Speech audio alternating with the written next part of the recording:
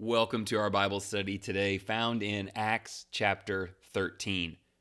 The church in Antioch commissions Paul, formerly Saul, and Barnabas to embark on their first missionary journey, following the Holy Spirit's guidance. They travel to Cyprus, where they preach in synagogues and face opposition from Elymas, a sorcerer who attempts to prevent the proconsul Sergius Paulus from believing. Paul, filled with the Spirit, rebukes Elymas and temporarily blinds him. Witnessing this, the proconsul believes. Paul and Barnabas then continue to Pisidian Antioch, where Paul delivers a powerful message recounting Israel's history and proclaiming the glory of the resurrected Christ, which fulfills God's promises to Israel. Many Gentiles believe and rejoice, but Jewish leaders grow jealous, forcing Paul and Barnabas to leave the district. Despite the opposition, the truth spreads, and the disciples are, quote, filled with joy and the Holy Spirit. That's so awesome. No circumstance can defile that when we know who we are in Jesus. The Holy Spirit guides Paul and Barnabas on a journey to share the truth about Jesus. Their commission serves as a reminder that the Holy Spirit is still alive and active today, with work prepared for us to do as well.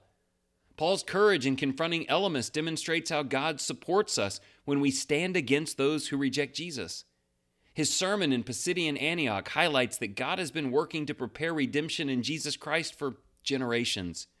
God's plan to raise Jesus from the dead and offer forgiveness to believers is greater, deeper, and more magnificent than we can imagine.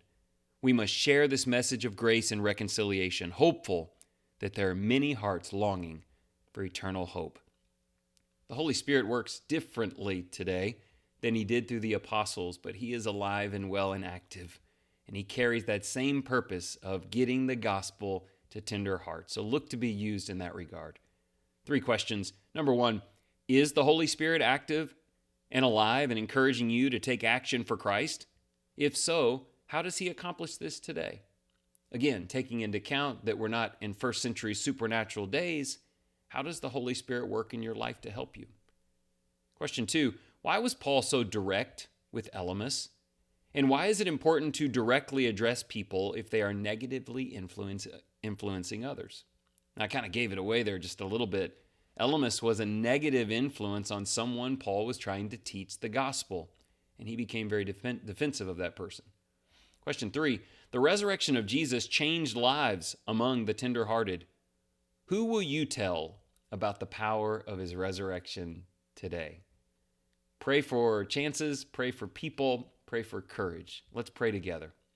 Benevolent Father, thank you for the work of your Holy Spirit. He moves today in ways that differ from the supernatural urgings and miracles of the first century, but this does not diminish his presence in our lives. Grant us the wisdom to hear the teachings of Scripture and to be attuned to the guidance you provide for us. Even among non-believers, give us the faith to remain vigilant for Christ.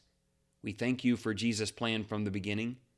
We exalt you for raising him from the dead and promising us redemption now and future resurrection to eternal life. We're marching on to Zion. There ought to be a look on our face, a courage in our voice, and an intentionality behind that journey. I pray that's the image of Christ you're carrying today, and thank you once again for your time.